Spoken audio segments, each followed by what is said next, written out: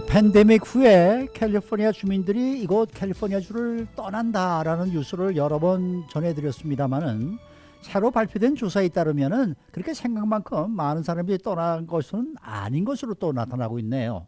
그렇지만은 샌프란시스코에서 빠져나간 주민은 상당히 많았습니다. 또 LA 카운티 내 교육구들이 학교 캠퍼스 리오픈으로 지금 가고 있는 그런 상황입니다.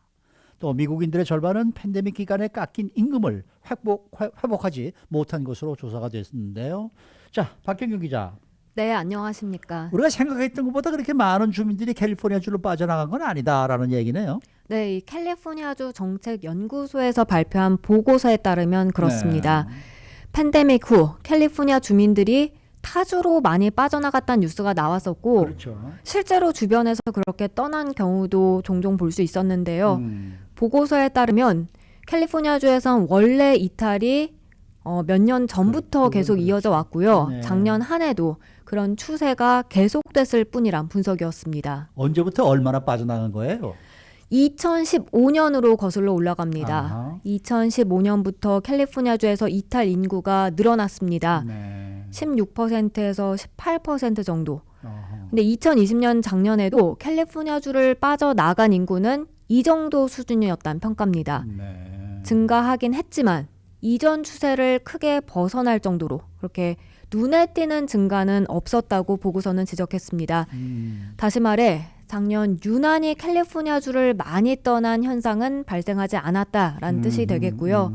팬데믹이 특별히 이 과거 패턴을 바꿔놓지도 않았다고 캘리포니아주 정책연구소의 나탈리 홈스 연구진은 설명했습니다. 그런데 이제 눈에 띄는 부분이 하나가 있는데 그게 바로 샌프란시스코. 여긴 좀 달랐다라는 얘기예요. 네네, 이 샌프란시스코를 떠난 주민들은 상당히 많았습니다. 어허. 카운티별로 나눠서 살펴봤을 때 샌프란시스코만큼은 독특하게도 급격한 이탈 현상이 일었고요. 이건 다른 트렌드로도 이어졌는데요. 그 베이 에리아 쪽에서 시에라 부근, 캘리포니아 주긴 한데 네바다주 접경 쪽이죠. 네네. 이쪽 카운티로 이주한 비율이 50%, 심지어 100%까지 증가하기도 했습니다. 이 샌프란시스코는 얼마나 많은 이탈 현상이 나타났는지 뭐 숫자가 나와 있나요? 네, 샌프란시스코 전에 베이 에리아부터 먼저 살펴보면요. 팬데믹 기간 베이 에리아에서 순수하게 빠져나간 숫자는 팬데믹 전 추세와 비교해서 178% 급증했습니다. 팬데믹이 시작된 후 2020년 2, 3, 4분기 동안 네. 그 1년 전인 2019년 같은 기간에 비해 떠난 게 9% 증가했고요. 네. 반대로 유입이 21% 감소했습니다. 네. 그 다음 샌프란시스코 2020년 2분기부터 4분기까지 이탈이 31% 증가했습니다. 아이고. 근데 유입은 21% 오히려 줄어들었고요. 어허. 그게 작년 3월부터 12월까지 9개월간 순수한 이탈, 유입과 이탈 차이 다 빼놓고 어허. 그렇게 순수하게 이탈만 계산해 봤을 때 650% 가까이 증가했습니다. 상당히 많이 늘어났네요. 많이 빠져나갔죠. 네. 2019년 5,200명 정도에서 작년 38,800명으로 늘어났습니다.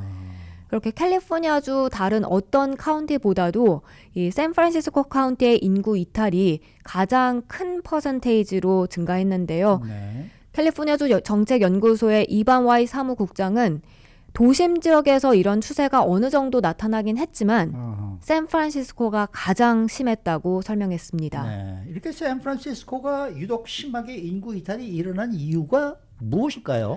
그쪽 지역에 그 대형 IT 기업들 팬데믹 시작되고 나서 재택근무 시행하기 시작했죠. 네. 그러고 나서 또 가까운 미래까지도 재택근무 계속 할 거다 이렇게 네. 발표를 했고요. 그러자 직원들은 굳이 회사 가까이 살지 않아도 되겠구나 이런 아하. 자유가 생겨나게 네, 됐습니다. 네. 그렇게 좀 더 저렴한 지역을 찾아 떠난 겁니다. 그렇겠네. 근데 이렇게 이사를 하긴 했지만 지금 말씀하신 거 보면 그렇게 멀리 떠난 건 아니잖아요. 네, 이 샌프란시스코 떠난 아하. 대부분이 그 베이에리아 경제 지역권, 음. 그 북가주죠, 그 근처. 그렇게 멀지 않은 곳으로 많이들 이사했고요. 그렇게 80%는 캘리포니아주에 남은 것으로 조사됐습니다. 네.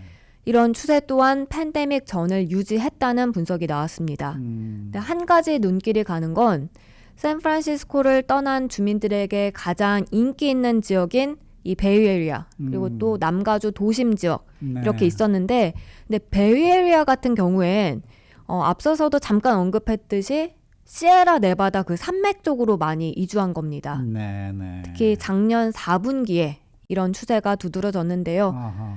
이런 가운데 Y 사무국장은 이런 팬데믹이 끝날 즈음 해서 이주했던 주민들이 다시 원래 살았던 곳으로 되돌아갈지 그 점을 눈여겨볼 것이라고 밝혔습니다. 그쪽에서 저희 네바다주의 접근 지역으로 가라 그러면은 레이크 타호 쪽인데 네, 그렇죠. 그쪽이죠. 네. 그럼 그쪽으로 많이 아무래도 갔다는 얘기네. 한산하고 하다 보니까 그렇죠. 그렇게 간 것 같습니다.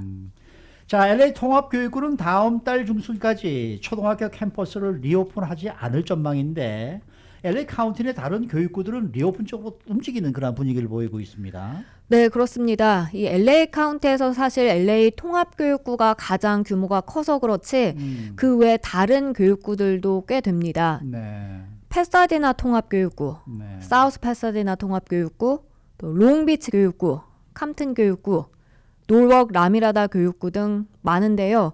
이들은 LA 통합교육구와는 다른 행보를 보일 전망입니다. 그럼 이런 통합교육구들은 이달 말이나 다음 달 초면은 리오픈을 한다 이런 방침인가요? 네, 맞습니다. 그 패사디나 통합교육구는 이달 말이면 네. 초등학생들이 캠퍼스에 등교해서 대면 수업을 받을 수 있도록 할 전망입니다. 패사디나 통합교육구의 브라이언 맥도날드 교육감은 많은 사람들이 대면 수업으로 되돌아가는 것에 우려의 목소리를 높이는 걸 잘 안다고 했습니다. 네. 특히 교사들, 일부 교사들은 백신 접종 다 마칠 때까진 대면 수업 재개에 반대 목소리 내고 있고요. 하지만 맥도날드 교육감은 안전수칙 잘 따를 것이고 또 교사 모두에게 곧 백신 맞을 기회가 생길 것이고 그렇기 때문에 우리는 이제 학생들이 대면 수업으로 되돌아가야 할 때라고 믿는다고 말했습니다. 네, 네. 교육위원회도 3월 30일 이달 말부터 프리 킹더가든부터 2학년까지 이 교실과 집에서 나눠서 수업을 받는 이른바 하이브리드 러닝을 시작하는 계획을 승인했습니다. 네. 그리고 3학년부터 5학년 학생들은 다음 달 4월 13일부터 시작하게 됩니다. 네. 그 밖에 다른 교육구들은 어떻습니까? 사우스 패사디나 교육구의 경우 이미 2월 지난달 18일부터 킹더가든부터 2학년 학생들의 대면 수업으로 전환하기 시작했다 하고요. 향후 몇 주 안에 3, 4, 5학년 학생들이 되돌아가고요. 네. 캄튼 교육구는 다음 주 월요일부터 3학년부터 6학년 학생 사이가 등교하고요. 3월 15일부터는 킹더가든으로 이게 확대됩니다. 이 밖에 놀웍, 라미라다 교육구는 3월 29일부터 단계적으로 리오픈하는 방안을 시행할 것이라고 이번 주에 밝혔습니다. 그리고 롱비치 교육구도 킹더가든부터 5학년까지 3월 29일 이달 말에 등교할 예정입니다. 중학생과 고등학생은 4월, 그중에서도 시니어들은 4월 19일로 나왔습니다. 자, 마지막 소식입니다. 미국인들의 절반은 팬데믹 기간에 깎인 월급을 회복하지 못했다라는 소식이네요. 네, 안타까운 소식인데요. 그렇죠. 이 여론조사기관 퓨 리서치 센터가 오늘 아침 발표한 보고서에 따르면요.